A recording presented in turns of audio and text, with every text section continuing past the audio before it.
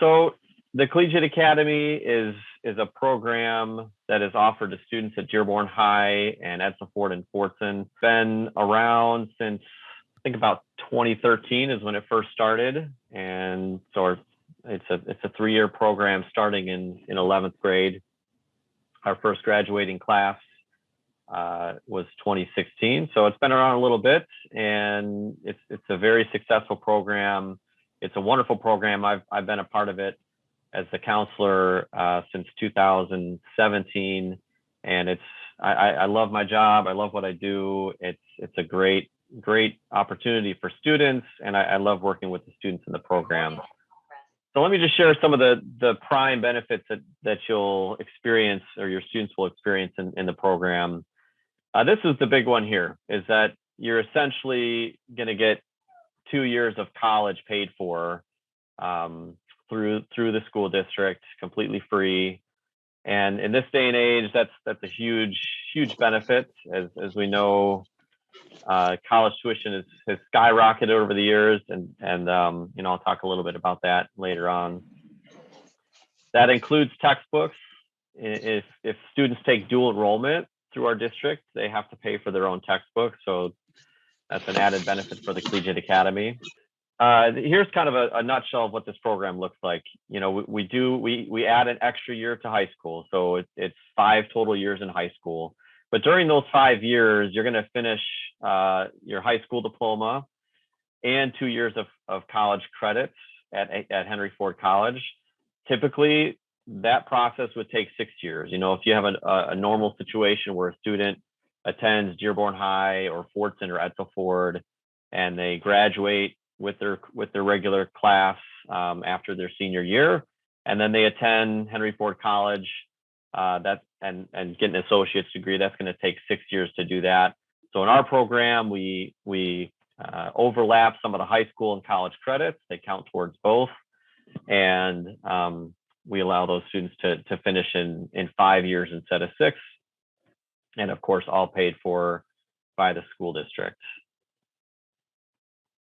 One of the other benefits is that really students experience college life like a normal college student. They're able to make their own schedules. They have a lot of say in the classes that they're taking based on their career goals, their college degree goals, where they want to attend college.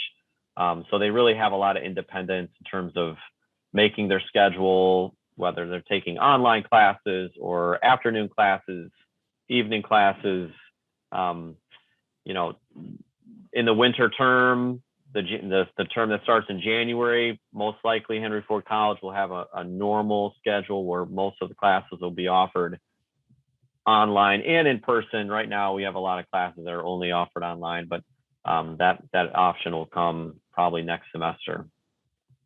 And then the credits is probably one of the biggest questions I get. Do credits transfer? Yes, they do. Henry Ford College would not be in business if their credits did not work with most of the universities in the state and beyond. So if students are going out of state, they're going to the major colleges in the state, it really doesn't matter that the credits are going to transfer. Not every credit transfers. It depends on the type of classes you're taking. If you're taking a 2-year program like an auto, or a cooking program or nursing program or things like that, some of those classes just stay kind of in-house, and they don't necessarily transfer. Nursing, I shouldn't have mentioned that. Nursing does transfer, but some of those other ones would not. And because you're getting those credits done a year early, you're getting 4 years of high school done and 2 years worth of college done in only 5 years. So you're going to finish your bachelor's degree a year ahead of time. So like I said, if you're a class of 2023, you'd finish your high school diploma in June of 2023, and say you go to a 4-year university after that, you'd finish in June of 2027. If you do the Collegiate Academy, you're going to finish the Collegiate Academy in 2024, and only have 2 more years to finish your bachelor's degree. So you'd finish in 2026 instead of 2027. So you'd finish that bachelor's degree a year early, and you'd have 2 years paid for without any college debt. So the students are going to be still part of their home high school. So, you're still going to be a Tractor or a Pioneer or a Thunderbird. You still have the benefits of the home high school. You can attend prom, you can do sports, marching band, extracurricular activities, yearbook. You can still do all those things all the way through the end of 12th grade. Students will not get their high school diploma until the end of the 5th year. However, let me say that again. Students in the program will not receive their high school diploma until the end of the program, which is at the end of the 5th year. So for this group here, these students who are going into 11th grade, their graduation year changes from 2023 to 2024. However, in June of 2023, when the rest of their classmates are walking in commencement, you all would be able to walk in commencement with them, get to experience the normal graduation experience. If you and your family make the decision, you could have your graduation party in 2023. You could get your senior pictures during your 12th grade. You could do all the normal things that seniors do. You just won't actually hold your diploma until the end of the program in 2024. You'll start taking classes at Henry Ford College this fall. You would take at least College 101, which is college success, in the fall. You'd take a couple other classes in the winter term. I'll kind of go over that in a minute as well. During the extra year, the 5th year, the 13th year, technically, you don't have a high school diploma. You're still a high school student, okay? According to the state of Michigan, in order to pay for that year and have it be covered by the school district, you have to still be a high school student. However, you don't really feel like a high school student. You're not taking any classes in your high school at all. All of your classes will be at Henry Ford College. You'll be a full-time college student during that 5th year. And when it's all said and done, you're going to have your high school diploma. You're going to get 60 credits or more, possibly an associate's degree, 1 year after your normal graduation year. And that parentheses there, if all goes well, the purpose of that is none of this is guaranteed, okay? All of this has to be earned.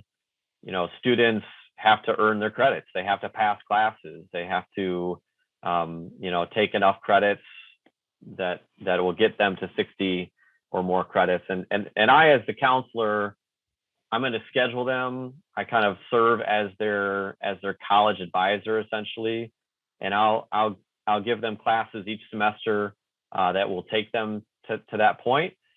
Some students, however, decide not to take as many credits because they feel like they can't be successful.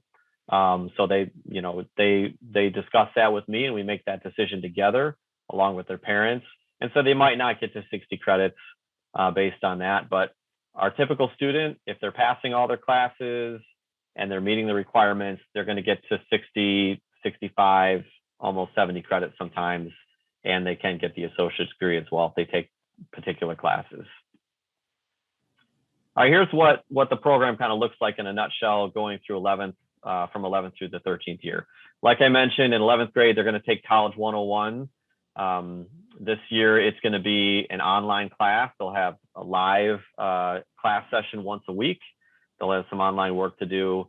And then they're going to be taking their five other high school classes at their home high school. In the second semester, they're going to be taking 2 college classes. One of them will be political science, which covers their high school government requirement. That class is the equivalent of taking 1 whole year of AP government. So our students take that and they get credit for college political science, as well as another elective, maybe a humanities or social science class, and then 4 other high school classes. So the first year in 11th grade, it looks a lot like dual enrollment. It's not a whole lot different, because they're still taking 6 total classes. And so we're sort of easing them into the college experience and giving them some training wheels, so to speak, as they maneuver from high school into college. In 12th grade, looks quite a bit different. All right, this is really when they experience a different kind of school reality for the first time. And you see the last point there. I really encourage our 12th graders to treat that year as their freshman year of college, because that's what it's going to feel like. They're taking a full-time college schedule during both semesters. They only have one high school class at their home high school, so that's a class that they work out with their high school counselor. And I usually encourage, I always encourage them to take an easy elective, because they're going to be fully loaded with tough core classes at Henry Ford College that year.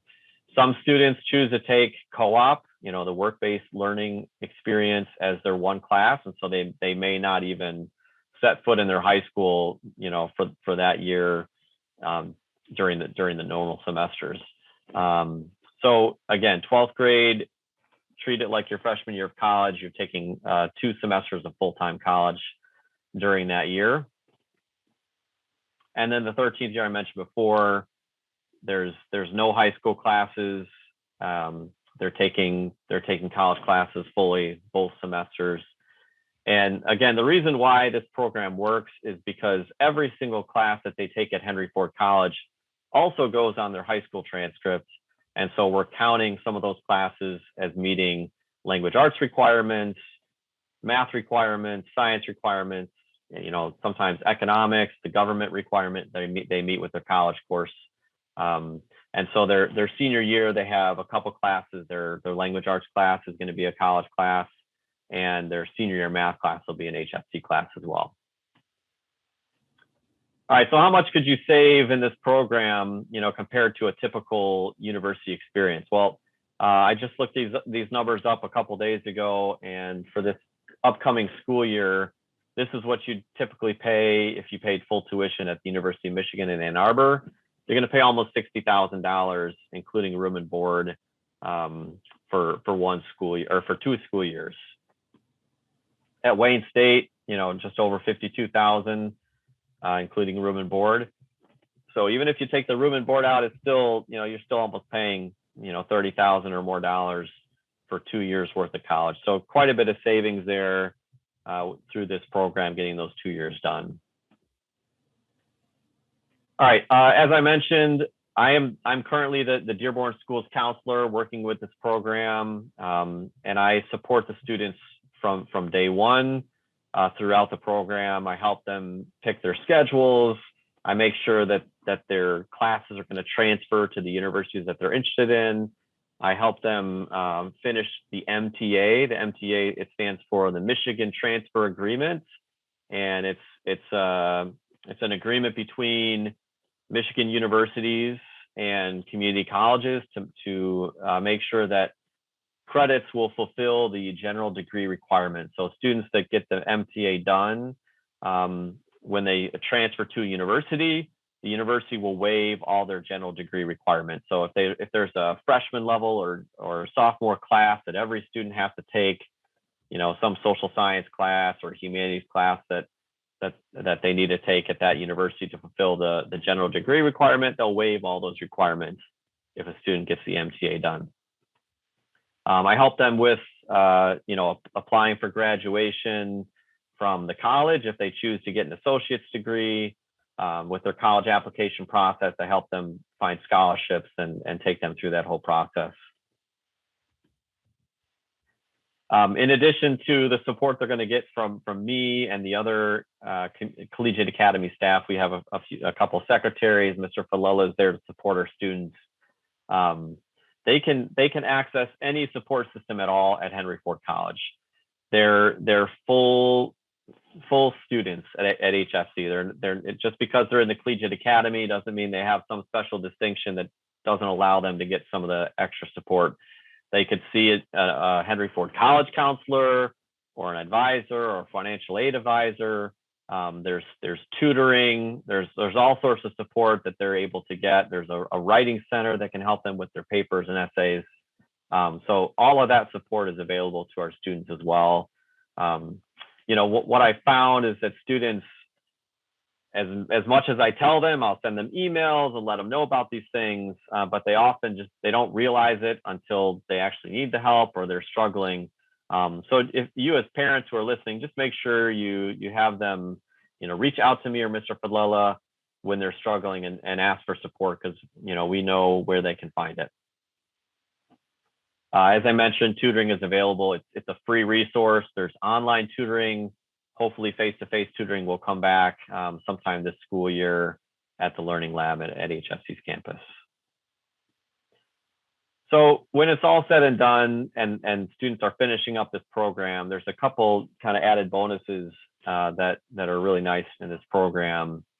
So this is a little specific and something that's critical to understand. So when students apply to four-year colleges as a regular high school graduate, they're considered first-year freshmen, and they're allowed to, they basically have all these scholarships that are available to them as freshmen.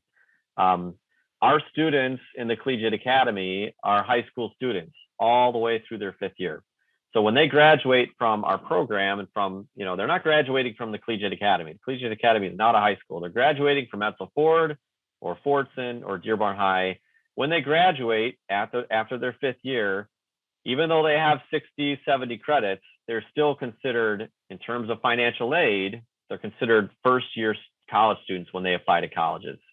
So they're still eligible for all the freshman merit-based scholarships, which are the really nice scholarships that universities provide. The credits transfer to universities, and like I said, if all goes well, the students do their part and are passing classes.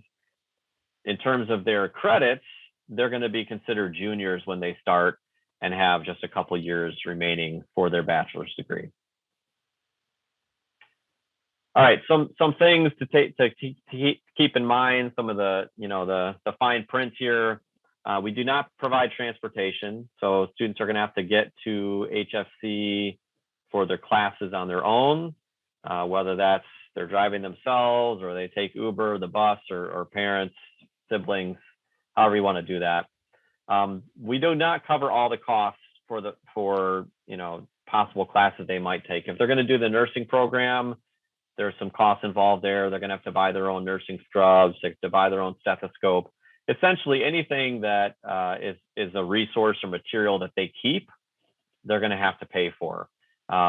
We do provide calculators. We can loan out calculators for a semester. The books, you do not keep the books. You give them back to us, and we reuse them for other students. So anything that the student keeps for a program, an art kit for an art class, a software program for a Photoshop class, anything like that they're going to keep, you would pay for out of pocket. Another important thing is that students forget often during their fourth year, when they're only taking one class in the high school, is that they have to continue attending their high school classes. If they're not attending their high school classes, and we've had to do this in the past, we might pull the plug on the program and drop them out of the program and just have them graduate after their fourth year if they're having a hard time attending their high school classes. Again, these benefits that I've outlined here, none of them are guaranteed. They have to be earned. Students have to do well in their college classes. And, this last point here, it is a challenging program. We've had students, really struggle, who have been up to this point solid high school students, but they don't have the maturity level. They don't have the independence to do well, and they really struggle in the program. So it's a risk. It is a risk. There are, some good exit points in the program. If a student goes through 11th grade in the program and they just feel overwhelmed or they don't want to do it, it's quite easy to drop from the program at the end of 11th grade. Same in 12th grade. If at some point during the year they find, a student finds that it's just not working for them, or the parents want to drop them, we can make that work. We want students to stay. We want students to finish the program. But we've had, every year we have students that end up dropping from the program for various reasons.